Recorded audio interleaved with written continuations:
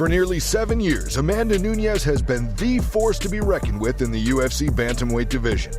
The Brazilian has taken out the who's who of women's MMA, including elite strikers and grapplers.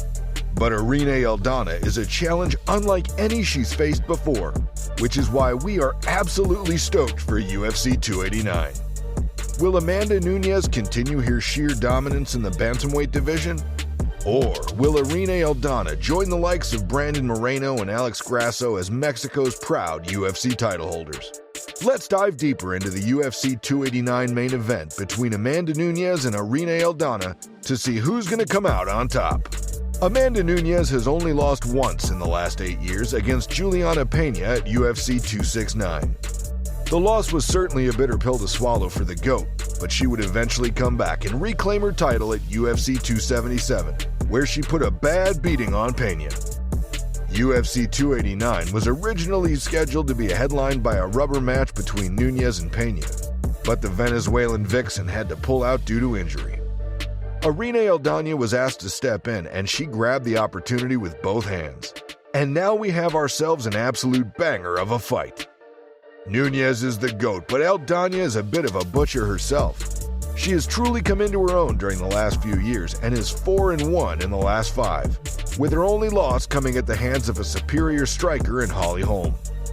Now, given the fact that Nunes beat Holm, who beat Aldana, the champion should have it easy come fight night, right? Wrong. Styles make fights, and this is one fantastic stylistic matchup between two extremely well-rounded fighters. Therefore, let's keep MMA math out of the equation. So who has the edge where? Let's find out. Who has the edge in striking? In a world where grappling doesn't exist, this fight would be a striking masterclass, with the probability of it going 5 rounds very low. Nunes is the hardest-hitting 135-pound fighter in women's MMA. She's exceptionally powerful, but her technique is quite fantastic as well. The Brazilian relies heavily on her jab and cross combinations, but she also has a thunderous overhand right, which she uses to devastating effect. Nunes' overhand technique is simple enough. She drops her weight, takes her head off the center line, and loops her punch over the top. And once she connects, her opponents either lose confidence or consciousness. Another key element of Nunes' striking game is her kicks, especially low kicks, which are going to play a crucial role in her fight against a boxer in Irene Aldana. But that's not. Nunes also has a solid body and high kicks, and she's very well-rounded on the feet. Irene Aldana is a technically sound boxer who uses her jab, movement, and volume to win fights. The Mexican stays very busy on her feet. She actively moves and throws feints, all while mixing punches and low kicks to keep her opponents guessing.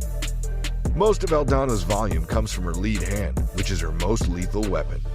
Aldana jabs and double jabs often, either using the punch to cover her lateral movement or advance on her opponent.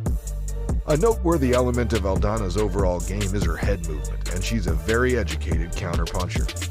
In truth, she's a very tough test for Nunes on the feet, especially taking into consideration the fact that she lands more than 5 significant strikes per minute. That being said, Aldana is very hittable as she absorbs close to 6 significant strikes per minute. So I'll be giving Nunes a slight edge in striking. Who has the edge in grappling? Since it's a very close fight on the feet, we won't be surprised if Nunes shoots for a lot of takedowns.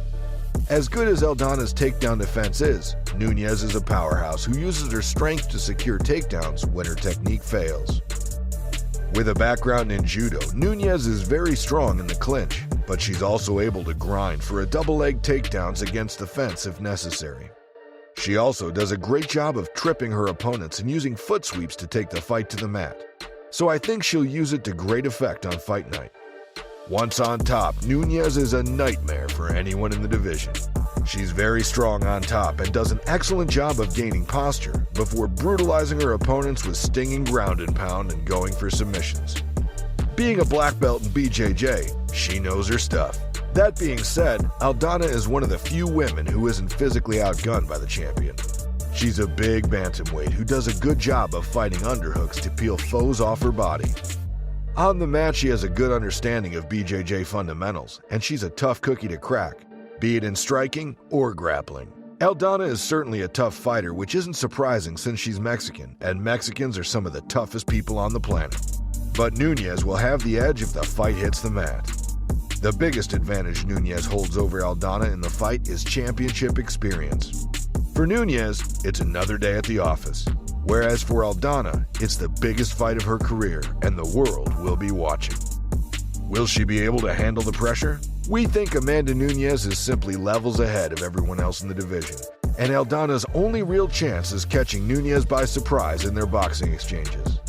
Other than that, it's Nunes all day. That's how we see the UFC 289 main event between Amanda Nunes and Irene Aldana playing out. What are your predictions? Let us know in the comments section below.